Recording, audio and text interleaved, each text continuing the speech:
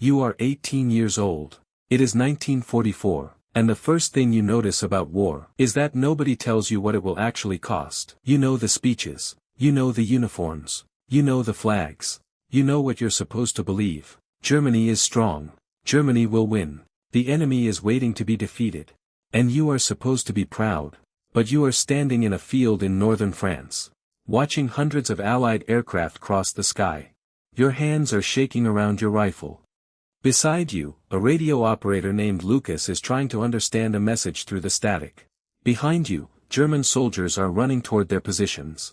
Ahead of you, the sea is filled with ships. Too many ships. And suddenly, every speech you ever heard sounds very far away. Your sergeant looks through his binoculars. He lowers them, and quietly says, "The wall was never meant to stop that."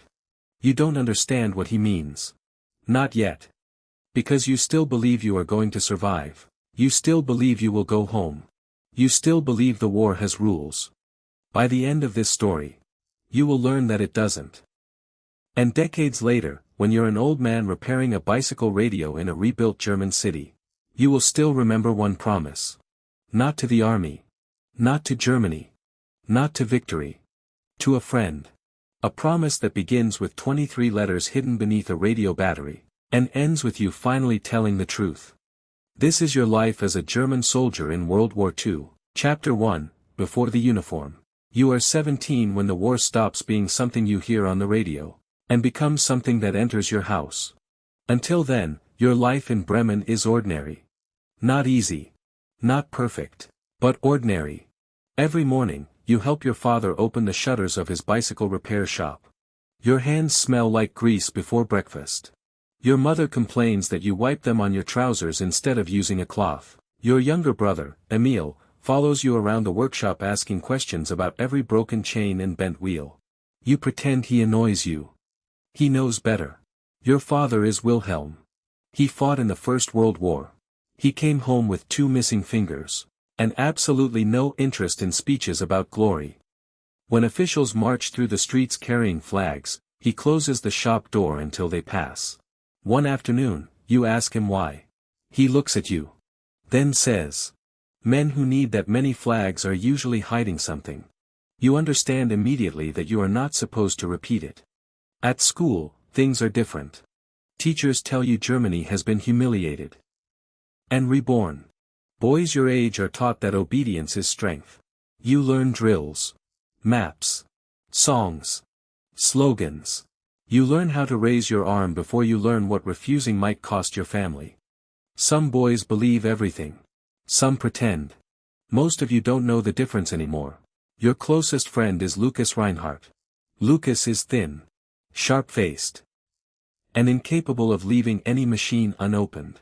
Radios fascinate him. He can build a receiver from discarded wire, a broken speaker, and parts that probably belong somewhere else. At night, the two of you climb into the attic above your father's shop. You turn the dial slowly. Static, more static, then, a foreign voice. Listening to enemy broadcasts is forbidden, which makes every word feel dangerous. Sometimes the broadcasts say Germany is losing. German radio says victory is close. Lukas laughs. One of them is lying. Your father hears him from the stairs. Usually both, he says. Just not equally. You don't fully understand what he means. Then the bombing gets heavier. Sirens interrupt meals. Windows are covered. Entire streets disappear between one morning and the next. One night, an explosion throws you from your bed. In the morning, you help pull bricks away with your bare hands. A woman keeps asking for her daughter. Nobody answers. After that, speeches about clean victory become harder to believe. Then the letter arrives. You are 18. Your mother reads the envelope, and sits down before opening it. Your father stands beside the repair bench holding a wrench he has forgotten to put down. You have been ordered to report for military service. 2 days later, Lukas receives his letter too. For a moment, you think that makes things better. At least you won't face it alone. Your mother disagrees. She packs food you cannot carry. Repairs socks that will soon be replaced. Asks questions nobody can answer. That evening, your father takes you into the shop after closing. He doesn't give you a medal. He doesn't give you a photograph. He gives you advice. Do not confuse surviving with being right. You stare at him. Then he says. And don't let another man's certainty replace your conscience. At 18. You want simpler advice. Keep your head down. Come home. Be brave. Instead, your father gives you words you won't understand for years. Chapter 2, The Uniform. On the train, Lukas sits across from you. He has a stack of blank paper and envelopes tied together with string. His mother made him promise to write every week. He says he'll describe everything honestly. You tell him the military will probably inspect his letters. He smiles. Then separates the paper into two piles. One version for the army, he says, and one version for the truth. You laugh. You think he's joking. He isn't. Training begins in northern Germany. Your hair is shaved. You're shouted at. Inspected. Punished. And taught to move as part of something larger than yourself. Your rifle becomes an object you carry everywhere. You learn to dig. March. Throw grenades. Identify aircraft. Move through darkness. And most importantly, obey. You are trained to respond before thinking. Lukas becomes a radio operator. He understands equipment better than most instructors. For one day, he's proud. Then a veteran tells him something. Radio operators attract bullets. Commanders need to hear them. Your platoon sergeant is Karl Briner. 31. Broad shoulders. Exhausted eyes. He has already fought in Poland, France, and Russia. He doesn't talk about those places. One recruit asks him how many enemies he has killed. Briner looks at him. Enough to know counting wouldn't help. He treats you harshly, but not cruelly. He makes you dig deeper. Carry more ammunition. Repeat drills after everyone else stops. At first, you think he enjoys it. Later, you understand. He's trying to keep boys alive with the only tools he has left. And soon, he's going to need every one of those tools. Because your unit is being sent west. Chapter 3, Normandy. Early 1944. Your unit arrives in Normandy. The countryside surprises you. Green fields. Stone houses. Orchards. Villages that look untouched. Until you notice the checkpoints. The German signs. The soldiers living inside schools and barns. Civilians watch you. Some refuse to look. Others stare too long. Your position lies inland from the coast. You are connected to defensive positions by field telephone and radio. The officers tell you the same thing repeatedly. The Atlantic Wall will stop the invasion. Concrete bunkers. Mines. Artillery. Obstacles. Thousands of soldiers. They say the Allies will be destroyed before they reach the shore. Briner asks where the aircraft are. Nobody answers. 4 months. You dig. Trenches. Firing positions. Communication pits. You carry ammunition until your shoulders bruise. Lukas spends hours repairing radio equipment with parts that should have been replaced months ago. At night, you sleep inside a farmhouse occupied by the army. The French family has been forced into 2 rooms at the back. The owner rarely speaks to you. His daughter, Claire, is around your age. She looks at your uniform as though it is something you chose to wear. And something she wishes you hadn't. One evening, one of Lukas's letters falls from your pocket. Claire picks it up. She cannot read the German words. But she notices the childish drawing beneath them. 2 bicycles. Her expression changes for half a second. Then she returns the letter. Lukas sees it. Congratulations, he whispers. A French girl has decided you're almost human. You tell him to shut up, but the moment stays with you. Weeks pass. Work. Waiting. Rumors. The invasion will come at Calais. No. Normandy. Maybe Norway. Tomorrow. Never. Germany has secret weapons. Germany has no fuel.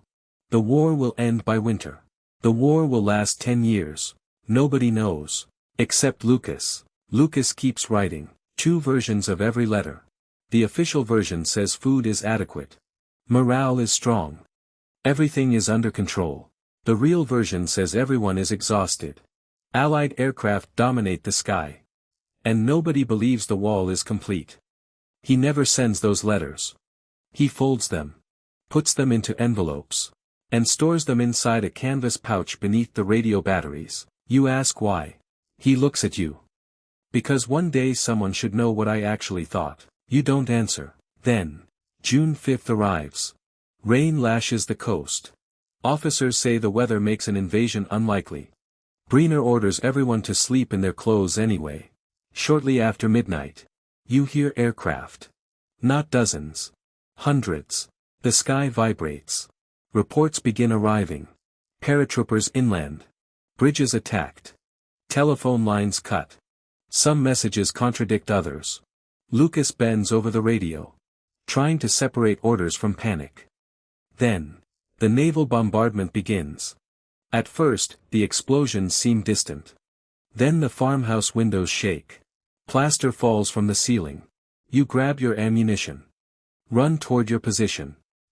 And when you reach higher ground, you see the sea. Ships. Everywhere. Battleships. Destroyers. Transports. Landing craft. Thousands of men moving toward the beaches. You stare. Bremer looks through his binoculars. Then lowers them. The wall was never meant to stop that. You finally understand. The speeches were never the battlefield.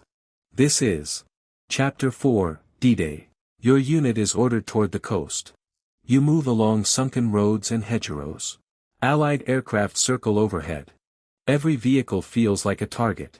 Every open field feels impossible. Then a fighter dives toward the column. Men scatter into ditches. Cannon fire tears across the road. A horse collapses. A truck burns. The soldier beside you keeps shouting that his arm is gone, even though he is still holding his rifle with both hands. By the time you reach the defensive line, you have already lost men. You haven't even seen the enemy. The coast is smoke. Noise. Confusion. Positions that should be connected are isolated. Officers can't reach headquarters. Ammunition arrives at the wrong place. Wounded men move inland. Reinforcements move toward the beach. Nobody seems to know what is happening. Lukas establishes the radio beside a damaged bunker. You and Bremer take position in a trench overlooking a narrow approach between hedges. Then you see them. American soldiers. Not the organized waves described in your briefings. Small groups. Moving carefully. Using smoke. Using folds in the ground. You fire when Bremer orders. A man falls. Another soldier pulls him behind cover. You had imagined killing would feel like an event. It doesn't. It's a shape. Standing. Then not standing. Your hands keep working because they were trained to. Load. Aim. Fire. Move. Hours pass. Artillery lands so frequently that silence begins to feel unnatural. Lukas receives fragments of messages. Hold. Withdraw. Counterattack. Wait for armor. No armor is coming. Request support. Support unavailable. Each order belongs to a different version of the battle. Bremer chooses the only order that matters. Survive until darkness. You think you can. Then the mortars begin. The first round lands behind you. The second lands closer. Bremer shouts for everyone to spread out. Lukas refuses to leave the radio. A message is coming through. Then the third round hits. Everything disappear. You wake with soil in your mouth. You cannot hear anything except a high ringing. The trench has partially collapsed. Bremer is pulling a soldier free. You turn toward Lukas. The radio is destroyed. Lukas is against the bunker wall. Conscious. But badly wounded. You crawl toward him.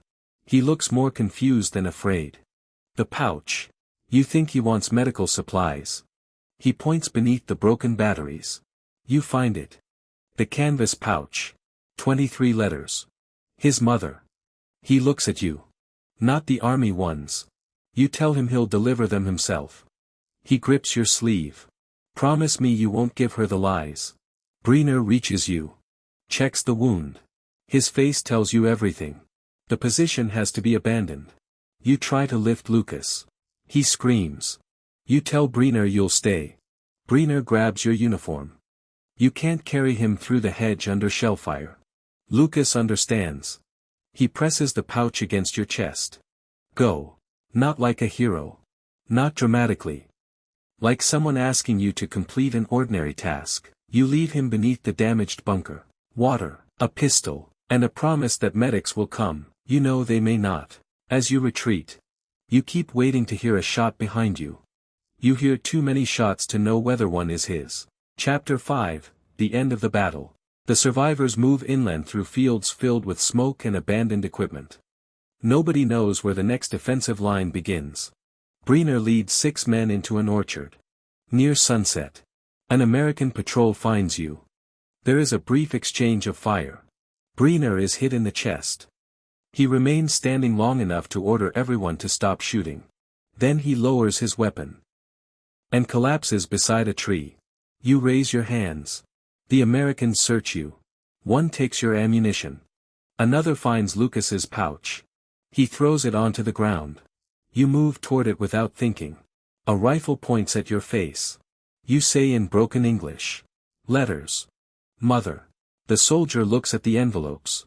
Then at you. He picks up the pouch and pushes it back against your chest. You are marched toward the coast with other prisoners. And now, you see the invasion from the other side. Trucks. Tanks. Engineers. Ammunition. Thousands of men moving inland. The defensive wall you spent months building is already behind them. Near the beach, you see German prisoners sitting beside wounded Americans. Medics move between uniforms. They don't stop to ask which flag someone served. For the first time that day, the enemy looks less like an army, and more like exhausted young men covered in the same dirt. You search every group for Lukas. You never find him. Chapter 6, Behind the Wire. You are taken to England, then shipped across the Atlantic. You arrive at a prisoner-of-war camp in the United States. Months pass. You work on farms, repair machinery, eat food more regularly than many civilians in Germany, and somehow, that feels wrong. Some prisoners remain loyal to the regime. They call every report enemy propaganda. Others grow quieter. Then the newspapers arrive. Photographs of liberated concentration camps. Bodies. Starvation. Survivors staring into cameras. Prisoners. Guards. The arguments begin immediately. Some men insist the photographs are fake. Others say nothing, and you recognize the old instinct. Find a version of reality that requires nothing from you. You remember your father's warning. Don't let another man's certainty replace your conscience. You remember the uniforms. The flags. The speeches.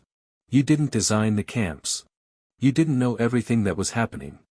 But you wore the uniform of the state that built them. You defended its territory. And whenever asking questions became dangerous, you accepted its explanations. That doesn't make you identical to the men who committed the crimes. But it also doesn't allow you to pretend you were untouched by the system that made them possible. Then the war ends. You are not sent home immediately. Months later, you finally return to Germany. Bremen is broken. Your street still exists. Half the buildings don't. The bicycle shop has no roof. Your father survived one bombing. He died during another while helping people escape from a cellar. Marta tells you in the doorway. There is no gentle way to hear it. Your younger brother Emil is taller. He no longer asks endless questions. He repairs bicycles now. Because someone has to. Your mother touches your face. You look older. You don't know what to say. Because you are 18 when you leave. And somehow, you return much older. But Lukas is still missing. And the pouch is still inside your coat. 23 letters. You know exactly where his mother lives. And you don't go. Chapter 7, The Letters. Every morning, you tell yourself you'll go tomorrow. Every evening, you return home with the pouch still in your coat. You tell yourself she may have moved. Maybe she already knows. Maybe the letters will hurt her. But the truth is simpler. You're afraid. You're afraid she'll ask how Lukas died. You're afraid you'll have to say, I was there, and I left him. Weeks become months. You repair wheels. Rebuild frames.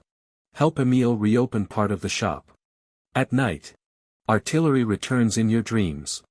You wake hearing Lucas's voice. Not the army one's. One morning, your mother notices the pouch. She asks what it contains. Something I should have delivered. She looks at you. Then every day you keep it. You're choosing not to. The next morning. You walk across Bremen. You reach the address. You stand outside. Then knock. Lucas's mother opens the door. She is smaller than you expected. Her hair has turned white. Behind her is a photograph of Lucas. Beside it, a radio he built as a boy. She recognizes your name before you speak. Lucas mentioned you in the official letters. She asks, did he suffer? You could give her the safe answer. It was quick. He was brave. He spoke about you. Instead, you put the canvas pouch on the table. He wrote these. You pause. The real ones. Her hands begin shaking. Then comes the question you've been avoiding. Were you with him? You say yes. Did you leave him? You say yes again. The room becomes completely still. You explain the shelling. The destroyed radio. The retreat. Breener's decision. Lucas's promise. You don't ask forgiveness. Because the explanation already sounds too much like a request for it. She opens the first envelope. But she doesn't read it. She looks at you. He trusted you to bring these, you answer. I waited too long. She looks down at the pouch. Then back at you. But you brought them. It isn't forgiveness. It isn't condemnation. It is simply the truth. She asks you to stay while she reads. Lucas writes about Normandy. The farmhouse. The radio. How frightened he is that the war will end before anyone admits it was already lost. Halfway through. His mother begins crying. You remain seated. Because leaving would mean repeating the same act in another room. Chapter 8, What Comes After. After that day. You visit occasionally. You repair Lucas's old radio. There isn't much worth listening to anymore. His mother gives you one of his sketches. The Bremen railway station. You hang it inside the bicycle shop. Years pass. Germany rebuilds around ruins that never completely disappear. Emil becomes your business partner. Your mother grows old. Eventually, you marry Hannah. She's a nurse. You meet her while repairing bicycles for a hospital. She knows you were a soldier.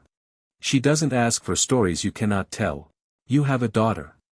When she's old enough to ask what you did during the war, you don't tell her you were only following orders. You tell her something harder.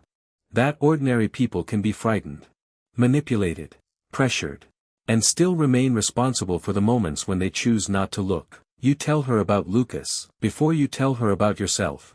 You keep no heroic object from Normandy. No medal displayed on a wall. No weapon. No photograph of yourself in uniform. What remains is the sketch above the workbench. And the empty canvas pouch. Lucas's mother returned it after reading every letter. Decades later, after she dies, you find a note inside. Only a few words. He came home in his own words. That is what you carried. You keep the note. You keep the pouch. And you keep repairing bicycles. Chapter 9, Age 72. You are 72. A young customer enters the shop with a broken bicycle radio attached to the handlebars. It's cheap. Plastic. Barely worth repairing. Your daughter tells you to throw it away. Instead, you open the casing. Separate the wires. And the smell of dust and heated metal pulls you back. Normandy. The farmhouse.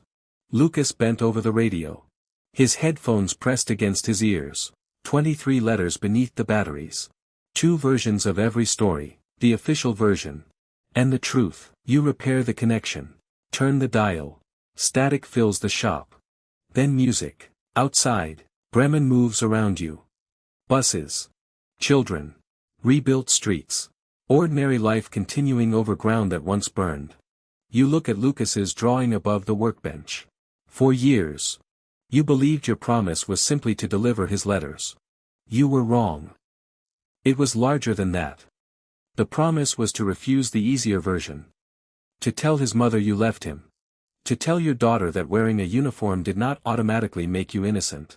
Or guilty. But your choices still belonged to you. To remember the people your government tried to erase. To rebuild. Without pretending rebuilding erased what came before. Your father told you. Don't confuse surviving with being right. Lukas asked you. Don't give her the lies. It takes most of your life to understand. They were asking you to do the same thing. Tell the truth. The radio continues playing. You place the empty pouch beneath the sketch, close the shop, and step outside. There is no battlefield waiting for you. No officer shouting. No enemy advancing. No promised return to the boy you used to be. Only the difficult life that came afterward. And the truth you finally chose to carry. You were 18 when you put on the uniform. You thought the hardest part would be surviving the war. You were wrong. The harder part was surviving what came after. Because war doesn't always end when the shooting stops. Sometimes it follows you home. It lives in the memories you avoid. In the names you can't forget. In the questions your children eventually ask. And in the stories you choose to tell. Lukas never came home. But his words did.